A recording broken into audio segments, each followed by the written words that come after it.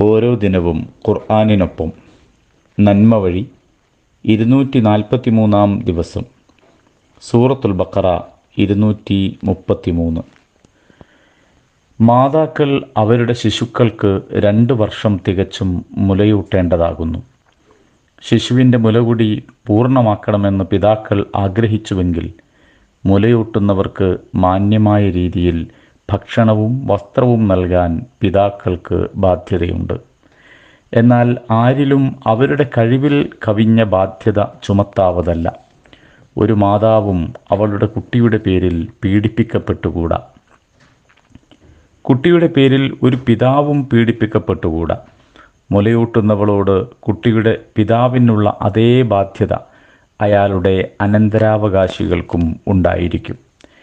ഇരു കക്ഷികളും ഉഭയസമ്മതത്തോടെ കൂടിയാലോചിച്ച് കുട്ടിയുടെ മുലകുടി മാറ്റാൻ തീരുമാനിച്ചാൽ അതിൽ കുറ്റമൊന്നുമില്ല. ഇനി നിങ്ങളുടെ കുട്ടിയെ മറ്റൊരു സ്ത്രീ മുലയൂട്ടണമെന്ന് നിങ്ങൾ ആഗ്രഹിച്ചാൽ അതിനും വിരോധമില്ല. അവർക്ക് നിശ്ചയിച്ച വേതനം മാന്യമായ രീതിയിൽ കൊടുക്കണമെന്ന് മാത്രം. അള്ളാഹുവിൽ ഭക്തിയുള്ളവരാകുവിൻ. നിങ്ങൾ പ്രവർത്തിക്കുന്നതെന്തും അള്ളാഹു കണ്ടുകൊണ്ടിരിക്കുന്നുവെന്ന് അറിഞ്ഞിരിക്കുവിൻ. ലോകത്ത് മനുഷ്യാവകാശങ്ങളുമായി ബന്ധപ്പെട്ട പല ചർച്ചകളുമുണ്ട്. മനുഷ്യർക്ക് അവരുടെ അവകാശങ്ങൾ ലഭിക്കണമെന്നതിൽ 2 പക്ഷമില്ല. എന്നാൽ എന്താണ് മനുഷ്യാവകാശം, ആരാണ് മനുഷ്യൻ എന്ന കാര്യത്തിൽ ഭൗതികമായി ഒരു തീർപ്പിലെത്താൻ സാധ്യമല്ല. സ്രഷ്ടാവായ അള്ളാഹുവിന് മാത്രമേ മനുഷ്യനെ തെറ്റുകൂടാതെ വിവരിച്ചു തരാനാവൂ. ഇസ്ലാമിൽ മനുഷ്യാവകാശം ഗർഭകാലത്തെ തുടങ്ങുന്നുണ്ട്. ജനിച്ച ശേഷം അത് വിശാലമായി തുടരുന്നു. അവകാശങ്ങൾ ചോദിച്ചു വാങ്ങാൻ സാധ്യമല്ലാത്ത മുലകുടിപ്രായത്തിലെ കുട്ടിക്ക് ലഭിക്കേണ്ട അവകാശത്തെ എത്ര വിശദമായാണ് ഖുർആൻ വിവരിക്കുന്നത്. വിവാഹമുക്തയായ മാതാവിന് അവളുടെ മുലകുടിക്കുന്ന കുഞ്ഞിനോട് കടപ്പാടുണ്ട്.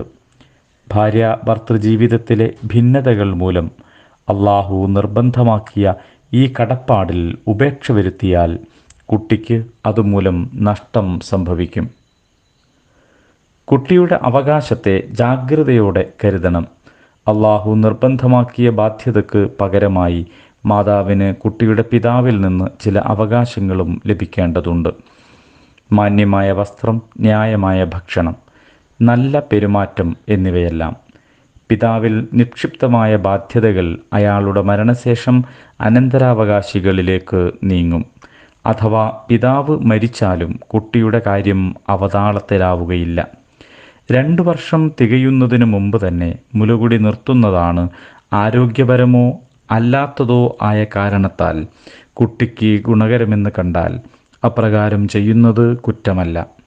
ദൈവഭക്തി ഇതുമാത്രമാണ് ഉറപ്പായ സുരക്ഷാ മാർഗം. അതുമാത്രമാണ് ഏക സുരക്ഷാ മാർഗം. അള്ളാഹു നമ്മെ അനുഗ്രഹിക്കട്ടെ. അൽഹംദുലില്ലാഹി റബ്ബിൽ ആലമീൻ.